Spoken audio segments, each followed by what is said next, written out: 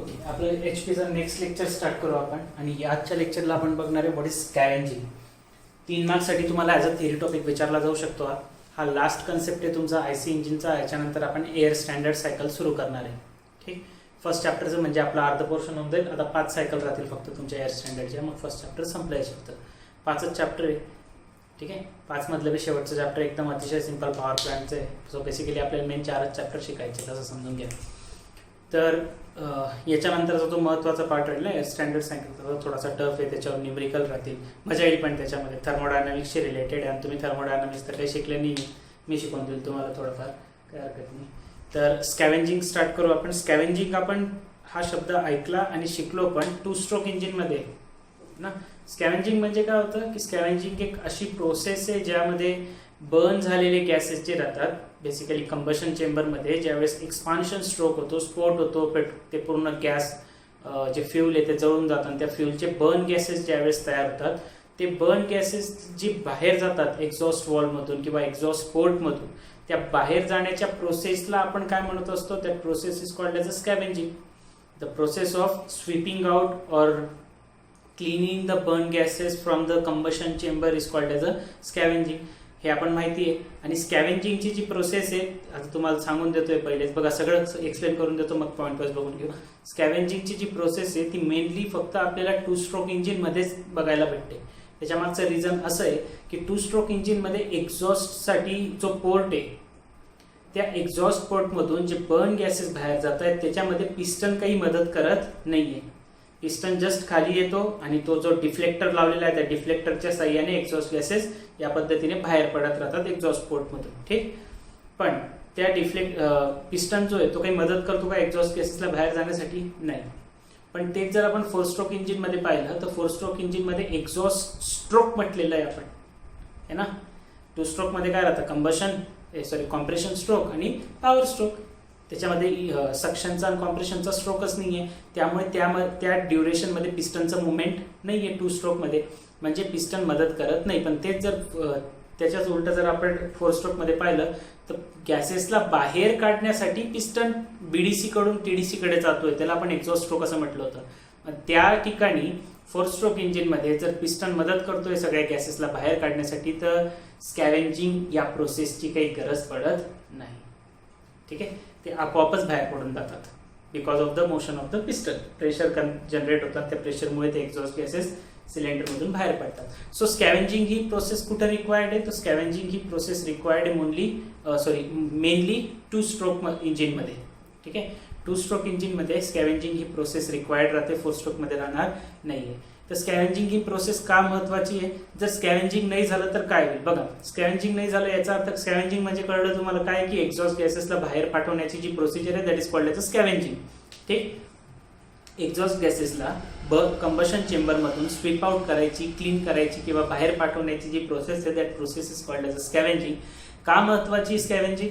जर स्कॅव्हेंजिंग प्रॉपर नाही झालं तर तुम्हाला जर आठवत असेल तर वॉल टायमिंग डायग्राम मध्ये मी लास्ट लेक्चरलाच तुम्हाला सांगितलंय, तर बर्न गॅसेस जे जळलेले गॅसेस ते कंबशन चेंबरमध्ये राहून जातील आणि कंबशन चेंबरमध्ये ते राहून गेल्यामुळे जो फ्रेश चार्ज येणार आहे, फ्रेश चार्ज आला आणि जे एक्झॉस्ट गॅसेस बाहेर जात होते त्यामधले काही राहून गेले, तर ती जागा त्यांनी व्यापून घेतली. कोणी? बर्न गॅसेसने. कोणाची जागा? फ्रेश चार्जची. मग तेवढ्याच प्रमाणात फ्रेश चार्ज कमी येईल. आपण वॉल टायमिंग डायग्राम मध्ये शिकलो की जास्त वेळ इनलेट वॉल ओपन का ठेवतो आपण, की जास्तीत जास्त चार्ज आला पाहिजे, जास्तीत जास्त कंबशन झालं पाहिजे त्यामुळे. पण जर बर्न गॅसेसनी ती जागा जर व्यापून घेतलेली आहे तर तेवढा फ्रेश चार्ज येईल का? नाही. आणि तेवढा जर फ्रेश चार्ज आला नाही तर तेवढी इफिशियन्सी भेटेल का तुम्हाला इंजिनची? नाही. मग प्रत्येक स्ट्रोकच्या मागे जी इफिशियन्सी आपल्याला भेटली पाहिजे होती ती इफिशियन्सी काय होऊन जाते? कमी कमी होत जाते. ठीक आहे, म्हणून स्कॅव्हेंजिंग ही प्रोसेस 4 स्ट्रोकमध्ये तर नाही पण 2 स्ट्रोकमध्ये फार महत्वाची. ठीक आहे, स्कॅव्हेंजिंग काय कळलंय? काय काम आहे त्याचं? एक्झॉस्ट गॅसेसला बाहेर काढा. का महत्वाची आहे?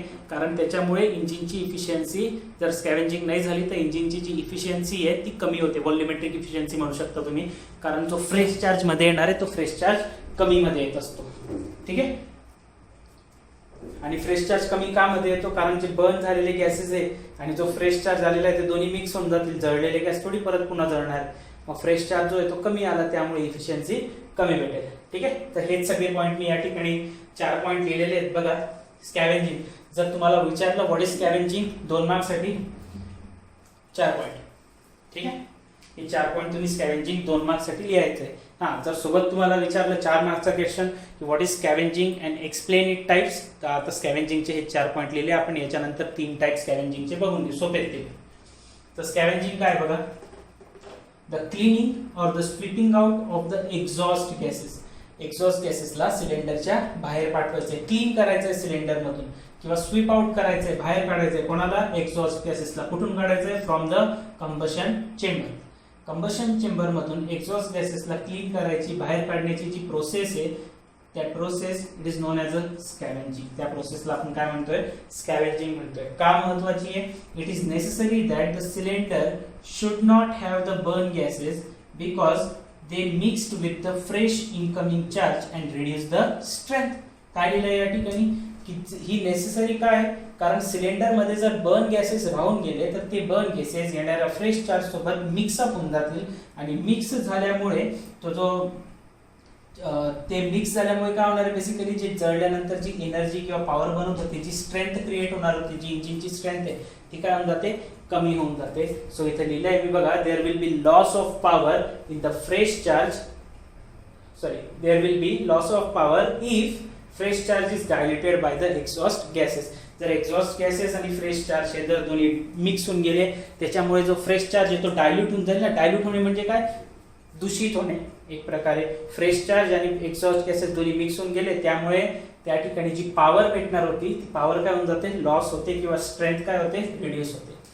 मग last point, the scavenging is necessary only in 2 stroke engine since the piston does not help for cleaning the burn gases from the cylinder. हे सांगितलं मी तुम्हाला. 2 स्ट्रोक इंजिन मध्ये एक्झॉस्ट पोर्ट मधून गॅसेसला बाहेर काढण्यासाठी जो पिस्टन आहे तो काहीही मदत करत नाही, आणि तो मदत करत नाही म्हणून जे काही एक्झॉस्ट गॅसेस राहतात ते त्या डिफ्लेक्टरच्या साह्यानेच बाहेर पडतात. त्यामुळे मे बी पॉसिबिलिटी की एक्झॉस्ट गॅसेस जे ते राहून जातात 2 स्ट्रोक मध्ये, म्हणून 2 स्ट्रोक मध्ये स्कॅव्हेंजिंग ही प्रोसेस गरजेची आहे. 4 स्ट्रोक मध्ये ही प्रोसेस गरजेची नाही. कळलंय? सिंपल आहे, काही कठीण काहीच नाही है ना. चला आता आपण टाइप्स ऑफ स्कॅव्हेंजिंग बघून घेऊया. कोणकोणत्या टाइप्स आहेत स्कॅव्हेंजिंग करण्याचे ते बघू. बघा, फर्स्ट मेथड बघा स्कॅव्हेंजिंगच्या 3 मेथड आहेत. क्रॉस फ्लो, फुल लूप आणि एक युनिफॉर्म फ्लो. युनिफॉर्म फ्लो आपण याच्यानंतर बघू. क्रॉस फ्लो आणि फुल लूप स्कॅव्हेंजिंग काय पहिले ते बघू. बघा, क्रॉस फ्लो स्कॅव्हेंजिंग काय, जस्ट तुम्हाला डायग्राम लक्षात ठेवायची आणि 2 पॉइंट्स येतील. एकदम छोटासा पार्ट आहे हा, आणि विचारले जातात टाइप्स ऑफ स्कॅव्हेंजिंग. तुम्हाला विचारले जातील कोणते बी 2 टाइप, एक टाइप एक्सप्लेन करा 2 मार्क्ससाठी. असं मे बी विचारलं जाऊ शकतं ना, what is scavenging and explain cross flow scavenging 4 मार्क्ससाठी, किंवा फुल लूप तिघांपैकी कोणतं बी एक टाइप आणि स्कॅव्हेंजिंग काय राहतं ते, किंवा कोणतेही 2 टाइप स्कॅव्हेंजिंगचे विचारले जाऊ शकतात. पण येतो याच्यावरून क्वेश्चन, स्कॅव्हेंजिंगवर क्वेश्चन आलेला आहे तुम्हाला बऱ्याच वेळेस. क्रॉस फ्लो स्कॅव्हेंजिंग काय बघा, फक्त डायग्राम लक्षात ठेवा. डायग्राम बघून घ्या पहिले. इथून काय होणार आहे? एअर एंटर करणार आहे सिलेंडर किंवा कंबशन चेंबर मध्ये, त्याला स्कॅव्हेंज एअर असं म्हटलं जातं. हा आपला डिफ्लेक्टर आहे जो आपण नॉर्मली पाहिलेला आहे ना, जे 2 स्ट्रोक इंजिन पाहिलेले आहे ते हेच आहे. क्रॉस फ्लो स्कॅव्हेंजिंग होतं त्याच्यामध्ये. हा डिफ्लेक्टर आहे, आणि जशी एअर एंटर करते डिफ्लेक्टरच्या साह्याने ती डायरेक्टली कुठे जाते? At the top of the cylinder, आणि सिलेंडरच्या टॉपमधून गेल्यानंतर तिथं त्या इनलेट एअरमुळे जे एक्झॉस्ट पोर्ट मधले गॅसेस राहतात ते एक्झॉस्ट गॅसेस कुठे जातात? बाहेर निघायचा प्रयत्न करतात. कुठून? एक्झॉस्ट पोर्ट मधून. आणि जशी फ्रेश एअर एंटर करते तशी एक्झॉस्ट पोर्ट या डिफ्लेक्टरच्या साह्याने बाहेर पडणार आहे. तेच आपण वरती लिहिलेलं आहे, बघून घ्या. द ऍडमिशन पोर्ट स्कॅव्हेंज एअर ज्या पोर्ट मधून मध्ये येणार आहे त्याला ऍडमिशन पोर्ट म्हटलेलं आहे. हा जो पोर्ट आहे आपला तो कोणता आहे? ऍडमिशन पोर्ट आहे. ठीक आहे. The admission port is provided on the side of the cylinder. तुम्ही याला इनलेट पोर्ट पण म्हणू शकता. आपण इंजिन मध्ये याला इनलेट पोर्ट म्हणत होतो. ऍडमिशन पोर्ट, इनलेट पोर्ट किंवा स्कॅव्हेंज पोर्ट असे 2-3 नाव आहेत त्याला. तर जो ऍडमिशन पोर्ट आहे तो एका साइडवर प्रोव्हाइड केलेला आहे सिलेंडरचा, आणि जो एक्झॉस्ट पोर्ट आहे तो अपोजिट साइडवर आहे. एका वॉलवर, सिलेंडरच्या 2 वॉल आहेत ना, एका वॉलवर ऍडमिशन पोर्ट लावलेला आहे, त्याच्या अपोजिट वॉलला आपण एक्झॉस्ट पोर्ट लावलेला आहे. तेच लिहिलेलं इथं. The admission port is provided on the side of the cylinder and the exhaust port is provided on the opposite wall of the cylinder. पुढे the charge or the air entering through the scavenge or admission port. या scavenge port मधून admission port मधून charge किंवा air. Charge कोणामध्ये 2 stroke petrol engine राहिलं तर, air कोणामध्ये 2 stroke diesel engine राहिलं तर ना. 2 स्ट्रोक डिझेल इंजिन मध्ये फक्त एअर येते, 2 स्ट्रोक पेट्रोल इंजिन मध्ये एअर आणि फ्यूलचा चार्ज मिक्स चार्ज मध्ये येत असतो. So admission port through the charge or the air the charge or the air enter through the scavenge port is directed upward, which pushes out the exhaust gases through the oppositely situated exhaust port. काय लिहिलं आपण की inlet port inlet port, scavenge port किंवा admission port यांच्यामधून fresh air enter करेल. ती कोणत्या साईडला जाईल डायरेक्ट, त्याची डायरेक्शन कुठे झाली, या डिफ्लेक्टरमुळे त्याची डायरेक्शन कुठे झाली जाते, directly upward. It is directed upward which pushes out the exhaust gases. इथं जे एक्झॉस्ट फ्रेश एअरची एंटर करते ती एका पर्टिक्युलर वेलॉसिटीने प्रेशरने येते, त्यामुळे ती जी एअर राहते फ्रेश एअर ती एक्झॉस्ट गॅसेसला पुश करते. कुठं एक्झॉस्ट गॅसेसला पुश करणारे push out of the cylinder है ना. कुठं पुश करणारे जे फ्रेश एअर आली ती एक्झॉस्ट गॅसेसला सिलेंडरच्या बाहेर पुश करेल आणि त्यामुळे जे एक्झॉस्ट गॅसेस राहतात ते एक्झॉस्ट पोर्ट मधून बाहेर चालले जाते. संपला विषय. 2 पॉइंट आहेत सिंपल. काय लिहायचं, पहिल्या पॉइंट मध्ये लिहिलं आपण की एका वॉल सिलेंडरच्या एका वॉलवर ऍडमिशन पोर्ट आहे आणि सिलेंडरच्या दुसऱ्या वॉलला जो की अपोजिट आहे ऍडमिशन पोर्टच्या त्या अपोजिट वॉलवर आपण एक्झॉस्ट पोर्ट लावलेला आहे. त्याच्यानंतर लिहिलं की जी फ्रेश चार्ज किंवा जी एअर स्कॅव्हेंज पोर्ट मधून ऍडमिशन पोर्ट मधून मध्ये येते ती डायरेक्टली अपवर्ड डायरेक्शनला जाते आणि ती अपवर्ड डायरेक्शनला गेलेली एअर पुश करते एक्झॉस्ट गॅसेसला आउटसाइड द एक्झॉस्ट पोर्ट, जो एक्झॉस्ट पोर्ट अपोजिट डायरेक्शनला लावलेला आहे. झालं तुमचं क्रॉस फ्लो स्कॅव्हेंजिंग. पुढचा टाइप आहे तुमचा फुल लो किंवा बॅक फ्लो स्कॅव्हेंजिंग. ठीक आहे, फुल लो किंवा बॅक फ्लो. डायग्राम बघून घ्या. पिस्टन आहे, आता याच्यावर मी काही डिफ्लेक्टर लावलेला नाहीये, याच्यावर डिफ्लेक्टर नाहीये समजून घ्या. आणि एक्झॉस्ट पोर्ट आणि हा जो स्कॅव्हेंजिंग एअर आहे किंवा स्कॅव्हेंज पोर्ट म्हणून घ्या, तो एकाच साईडला आहे. एक्झॉस्ट पोर्ट, स्कॅव्हेंज पोर्ट दोन्ही सिलेंडर वॉलच्या एकाच साईडला आहे. इथं कसे दोन्ही वेगवेगळ्या वॉलवर होते, आता सिलेंडरच्या एकाच साईडला एक्झॉस्ट पोर्ट पण आहे आणि स्कॅव्हेंज पोर्ट किंवा ऍडमिशन पोर्ट पण आहे. तर बघा काय लिहिलेलं आहे फुल लो किंवा बॅक फ्लो स्कॅव्हेंजिंग मध्ये. The exhaust port and scavenge port are provided on the same side. Exhaust port, scavenge port दोन्ही कुठे लावलेले राहतात, एकाच साईडला लावलेले राहतात on the same side of the cylinder wall. and exhaust port are situated just above the scavenge port. exhaust port जे आहे ते scavenge portच्या थोड्याशा वरती लावलेले राहतील. सिंपल पॉइंट होता. काय एकच पॉइंट आहे यामध्ये. काय सांगितलं की द एक्झॉस्ट पोर्ट जो आहे आणि जो ऍडमिशन पोर्ट आहे किंवा स्कॅव्हेंज पोर्ट आहे ते सिलेंडरच्या एकाच साईडला सेम साईडला लावलेले ऑन द सिलेंडर वॉल आणि एक्झॉस्ट पोर्ट जो राहतो तो स्कॅव्हेंज पोर्टच्या जस्ट अबव कनेक्ट केलेला राहतो किंवा अबव सिच्युएटेड आहे, वरती राहतो थोडासा है ना. and this method is suitable for the double acting IC engine. Double acting IC engine मध्ये अशा प्रकारचे स्कॅव्हेंज पोर्ट अटॅच केलेले राहतात. सिंपल आहे. ठीक आहे, अतिशय सिंपल कन्सेप्ट येते. चला आता लास्ट टाइपचं स्कॅव्हेंजिंग बघूया आपण. लास्ट टाइप आहे आपला युनिफॉर्म फ्लो स्कॅव्हेंजिंग. आता युनिफॉर्म फ्लो स्कॅव्हेंजिंग मध्ये बघा डायग्राम बघा. डायग्राम मध्ये तुम्हाला साईडला 2 पोर्ट्स दिसत आहेत, पण तुम्ही जर नाव बघितलं तर मी इथं बी स्कॅव्हेंज एअर लिहिलेलं आहे, या ठिकाणी पण स्कॅव्हेंज एअर लिहिलेलं आहे. याचा अर्थ काय की या टाइपच्या स्कॅव्हेंजिंग मध्ये सिलेंडरच्या दोन्ही साईडला फक्त स्कॅव्हेंज पोर्ट लावलेले किंवा ऍडमिशन पोर्ट लावलेले जिथून एअर एंटर करू शकते. एअर किंवा चार्ज म्हणून घ्या ना. इथून जी स्कॅव्हेंज एअर आहे ती एंटर करणारे दोन्ही साईडने आणि जी स्कॅव्हेंज एअर आहे ती एंटर केल्यानंतर towards the top of the cylinder जाते, सिलेंडर हेड जवळ. आणि जो एक्झॉस्ट पोर्ट आहे तो सिलेंडरच्या वरती लावलेला आहे ना. सिलेंडरचं जे हेड आहे सिलेंडर हेडवर आपण एक्झॉस्ट पोर्ट लावलेला आहे.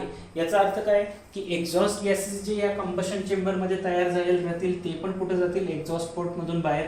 आणि ही बाहेरून येणारी स्कॅव्हेंज एअर सुद्धा कुठे चाललेली आहे, बाहेर. तर आपण असं म्हणू शकतो की ह्या टाइपच्या स्कॅव्हेंजिंग मध्ये जो एक्झॉस्ट गॅसेस आहे ते आणि जे फ्रेश एअर आहे ती दोघांची डायरेक्शनची ती एकच आहे. स्कॅव्हेंज एअर पण वर चाललेली आहे, एक्झॉस्ट गॅसेस पण वर चाललेले आहे. ठीक आहे, तेच या ठिकाणी लिहिलेलं आहे बघा. आणि एक महत्त्वाचा पॉईंट या टाइपच्या स्कॅव्हेंजिंग साठी हा राहतो की सिलेंडरच्या आतमध्ये येण्यापूर्वी, व्यवस्थित ऐकून घ्या, सिलेंडरच्या आतमध्ये येण्यापूर्वी जो चार्ज आहे किंवा जी एअर जी आपल्याला कॉम्प्रेस्ड करायची राहते ती ऑलरेडी कॉम्प्रेस्ड करून मग पाठवावी लागते. This type of scavenging requires air or the charge to get compressed before it is entering into the cylinder. ठीक आहे, लिहिलेलं आहे मी या ठिकाणी सगळं. बघा काय सांगतोय. पहिला point, the scavenging ports are provided on the one side of the cylinder wall and exhaust port are in the cylinder. Exhaust port are on the cylinder head लिहायला पाहिजे इथे. are kept on the cylinder head for the removal of the exhaust gases. पहिला point काय लिहिला आहे की स्कॅव्हेंजिंग ports जे ते सिलेंडर वॉलच्या दोन्ही साइडला लावलेले आहेत. One side of the cylinder wall याचा अर्थ काय की एक साइडवर एक पोर्ट आहेत, किंवा तुम्ही पाहिजे तर असं मेन्शन करून घ्या की in scavenging port the scavenging ports are provided on both the sides of the cylinder wall. है ना, on the both side of the cylinder wall scavenging ports जे ते दोन्ही साइडला अटॅच केलेले आहेत सिलेंडर वॉलच्या. आणि जो एक्झॉस्ट पोर्ट आहे तो कुठे लावलेला आहे आपण सिलेंडर हेडच्या वरती. कशासाठी? For the removal of the exhaust gases. पुढे, here the scavenger and exhaust gases are move in the same upward direction. बाहेरून येणारी स्कॅव्हेंजर आणि एक्झॉस्ट गॅसेस सगळ्यांना कुठे जायचं? एकाच डायरेक्शन मध्ये. कोणत्या डायरेक्शन मध्ये? अपवर्ड डायरेक्शन मध्ये सगळेच्या सगळे मूव्ह होत आहे. त्यानंतर पुढे, the charge or the air is to get compressed before it is admitted to the cylinder. बघा हे सांगितलं मी की या टाईपच्या स्कॅव्हेंजिंगसाठी जी एअर किंवा जो फ्यूल आणि एअरचं मिक्सचर जे चार्ज ज्याला म्हणतो आपण, त्याचे आपण सिलेंडरमध्ये कॉम्प्रेस करायचो. ते जर तुम्हाला अशा टाईपचं स्कॅव्हेंजिंग यूज करायचं आहे तर मग तुम्हाला ते पहिलेच कॉम्प्रेस करून मग सिलेंडरमध्ये ऍडमिट करावं लागेल, so that it will help in scavenging the cylinder. So जे ऑलरेडी जर कॉम्प्रेस्ड होऊन आलेलं असेल तर मग ते स्कॅव्हेंजिंग मध्ये मदत करेल. सो युनिफॉर्म फ्लो स्कॅव्हेंजिंग मध्ये आहे काय की युनिफॉर्म फ्लो स्कॅव्हेंजिंग मध्ये जे स्कॅव्हेंज पोर्ट आहेत ते सिलेंडरच्या दोन्ही साईडला लावलेले आहेत, आणि जो एक्झॉस्ट पोर्ट आहे तो सिलेंडरच्या हेडवर लावण्यात आलेला आहे. त्यामुळे काय झालेलं आहे, सेकंड पॉईंट बघा, द स्कॅव्हेंजर आणि जी एक्झॉस्ट गॅसेस राहतात ते सगळेच्या सगळे एकाच डायरेक्शन मध्ये, अपवर्ड डायरेक्शन मध्ये मूव्ह होत आहे, सेम डायरेक्शन मध्ये मूव्ह होत आहे. आणि जी चार्ज किंवा एअर राहतात त्याला ऑलरेडी कॉम्प्रेस करून मग सिलेंडरमध्ये ऍडमिट करावं लागतं, जेणेकरून ते हेल्प करू शकतात स्कॅव्हेंजिंगसाठी. ठीक आहे, तर या ठिकाणी तुमचा स्कॅव्हेंजिंगचा पार्ट संपलेला आहे. चला नेक्स्ट कन्सेप्ट स्टार्ट करूया पॉवर सायकलचा. पॉवर सायकल काय राहतं, ते एअर स्टँडर्ड सायकल किंवा त्याची इफिशियन्सी, थर्मल इफिशियन्सीची डेफिनेशन काय आणि त्याचे अझम्पशन काय तेवढं बघूया आज आपण. उद्यापासून आपण हे पॉवर सायकल स्टार्ट करूया वन बाय वन. ठीक आहे, पॉवर सायकल काय बघा, the cycle which are use in IC engine. IC engine basically जे वर्क करतं ना, सक्शन, कॉम्प्रेशन, एक्झॉस्ट, पॉवर, है ना, ह्या स्ट्रोक्सला आपण थर्मोडायनामिक्समध्ये सायकल्सच्या हिशोबाने किंवा काही प्रोसेस तुम्ही ऐकले असतील, आयसोथर्मल, आयसोबॅरिक, आयसोकोरिक, एडियाबॅटिक, पॉलिट्रॉपिक, असे बरेच प्रोसेस आहेत ना, आयसेंट्रोपिक. तर या सगळ्या प्रोसेसमध्ये आपण यांना डिस्क्राईब करू शकतो. मग तेच काम आपण इथं सायकल्समध्ये करतो. तर these are the cycles use in IC engine. त्यांना म्हटलं जातं एअर स्टँडर्ड सायकल किंवा त्यांना हीट इंजिन सायकल सुद्धा म्हटलं जातं. आय होप तुम्हाला हीट इंजिन काय राहतं माहिती असेल. तुमचं आयसी इंजिन सुद्धा एक प्रकारचं हीट इंजिन आहे.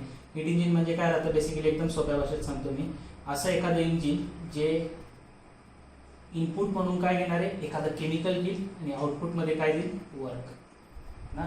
इनपुटमध्ये काय घेणार आहे, केमिकल, त्याच्यावर काहीतरी वर्किंग, त्याच्यावर काहीतरी बेसिकली त्याच्यावर प्रोसेस होईल आणि त्याचं कन्व्हर्जन होईल कशामध्ये, वर्कमध्ये. और तुम्ही असं म्हणू शकता की या केमिकलमध्ये हीट जनरेट होते आणि त्या हीटचं कन्व्हर्जन कशात होतं, वर्कमध्ये. हीट इंजिन काय, basically heat engine is the device which converts a chemical energy into the heat energy or chemical energy into the heat, and that heat is further transfer in the form of work. IC engine petrol घेतो, पेट्रोलला जाळल्यानंतर त्याची heat होते, हीटचं conversion नंतर वर्कमध्ये होतं, गाडी चालते. मग अशा किती हीट सायकल इंजिन आहेत तुमच्याकडे किंवा किती एअर स्टँडर्ड सायकल इंजिन आहेत आपल्या सिलेबसला, या 5 आहेत. Carnot cycle, Otto cycle, diesel cycle, dual combustion cycle आणि ब्रेटन सायकल. ठीक आहे, या 5 बघायचे आहेत आपल्याला. एअर स्टँडर्ड एकदम सोपा पार्ट आहे आजचा, काही कठीण नाही आहे. एअर स्टँडर्ड इफिशियन्सी किंवा थर्मल इफिशियन्सी काय आहे बघा. In order to compare thermal efficiency. Efficiency माहिती आहे तुम्हाला, दीपालीला विचारलं होतं वाटतं आता कोणतरी. इफिशियन्सी काय राहतं? इफिशियन्सी काय राहतं? मग इफिशियन्सी राहतं आउटपुट अपॉन इनपुट. एकदम सोप्या भाषेत जर सांगायचं म्हटलं तर इफिशियन्सी म्हणजे काय राहतं? किती तुम्ही दिलं आणि त्याच्या बदल्यात तुम्हाला किती भेटलं, इफिशियन्सी. तुम्ही 100 मार्काचा पेपर दिला, तुम्हाला त्याच्यामधनं 80 भेटले, 80% ही तुमची इफिशियन्सी झाली. ठीक आहे, एकदम सोपं आहे. इफिशियन्सी काय राहतं? थर्मल इफिशियन्सी जर बघायचं म्हटलं तर हे डिपेंड करतं the work output divide by the amount of heat given. हे मी तुम्हाला थोडंसं पुढे गेल्यावर सांगेल. आता सध्याच्या स्थितीला एवढं एकदम बेसिक डेफिनेशन ही आहे की दॅट आउटपुट अपॉन इनपुट. आणि थर्मोडायनामिक्सच्या अनुसार, थर्मल प्रॉपर्टीजच्या अनुसार काय राहतं? Output work divide by amount of heat given. ठीक आहे, किती हीट दिली आणि किती हीट, त्यापैकी किती कन्व्हर्जन वर्कमध्ये झालेलं आहे. बेसिकली हे इफिशियन्सी राहतं. तर थर्मल इफिशियन्सी जर आपल्याला फाइंड आउट करायची तर कसं करणार किंवा त्याचं डेफिनेशन काय आहे? In order to compare the thermal efficiency of the actual running engine performance is compared with the theoretical engine. Actual इंजिनला कम्पेअर केलं जातं कोणासोबत? थेरॉटिकल इंजिन सोबत. In order to compare the thermal efficiency, कोणाची thermal efficiency कोणाची compare करायची? Actual running इंजिनची. तर ती कम्पेअर करावी लागते कोणासोबत? थेरॉटिकल इंजिन सोबत. Theoretical efficiency of the ideal cycle. Ideal सायकलचा अर्थ काय राहतो? जे आयडियल गॅसवर काम करणारे आणि using air as a working fluid. ते लोक पेट्रोल, डिझेल, गॅस बेस नाही वापरत. काय वापरतात? ते air as a working fluid. ही कोणती शक्य आहे काय? हवेला जाळल्यानंतर त्याचं वर्क झालं, शक्य आहे काय? नाही. तर हे कधी पॉसिबल आहे? हे थेरॉटिकल आहे फक्त. असं होऊ शकतं. झालेलं आहे का? नाही झालं आहे असं है ना. This theoretical thermal efficiency of the ideal cycle is known as a air standard cycle. ठीक, काय सांगितलं बघा इथं, जर तुम्हाला एखाद्या वर्किंग किंवा परफॉर्म करणाऱ्या इंजिनची इफिशियन्सी जर कम्पेअर करायची आहे तर ती कम्पेअर करावी लागते एका थेरॉटिकल इफिशियन्सी सोबत. ज्या थेरॉटिकल इफिशियन्सीमध्ये आयडियल सायकल कन्सिडर केलेलं राहते आणि त्या सायकलमध्ये air as a working fluid वापरलं जातं. एअरला ते लोक फ्युल म्हणून वापरतात. And this theoretical thermal efficiency of ideal cycle is known as air standard cycle. ठीक आहे, एकदम फालतू टॉपिक आहे, याच्यामधनं काही क्वेश्चन येणार नाही. पॉवर सायकल काय राहतं हे फक्त तुम्हाला एक इंट्रोडक्शन म्हणून सांगतोय मी. याच्यानंतर आपण बघणार आहोत काही अझम्पशन्स. ठीक आहे, जे आपण ह्या 5 सायकल शिकणार आहे ह्या बेसिकली अझम्पशनवर तयार करण्यात आलेल्या आहेत है ना. काही अझम्पशनवर या सायकल्स तयार करण्यात आलेल्या आहेत. ठीक आहे, उद्याच्या किंवा नेक्स्ट लेक्चर जे राहील आपलं याचं, त्याच्यामध्ये हे अझम्पशनचा रोल फार महत्त्वाचा राहील. तर अझम्पशन्स जे आहेत ते 1-2 वेळेस लिहून चांगले वाचून काढायचे आहेत. ठीक, चला आता अझम्पशन लिहून घेतो मी, त्यानंतर 1 बाय 1 एक्सप्लेन करू. बघा, अझम्पशन्स लिहिलेत मी एअर स्टँडर्ड सायकलचे. ज्या 5 एअर स्टँडर्ड सायकल आपण शिकणार आहेत त्यांचे काही अझम्पशन आहेत. त्या अझम्पशनच्या बेसिसवर त्या सायकल तयार करण्यात आलेल्या आहेत. ठीक, चला बघा एक एक बघून घेऊ. 8 अझम्पशन आहेत. The perfect gas is use as a working fluid.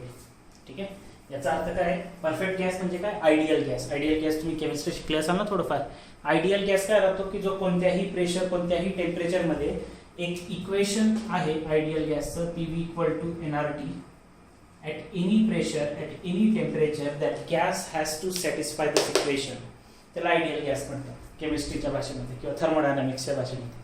ठीक आहे, तर मग जे काही आपण वर्किंग फ्लुइड वापरणार आहे त्या इंजिनमध्ये ॲज अ केमिकल, ते कसं असलं पाहिजे? That gas should be a perfect gas.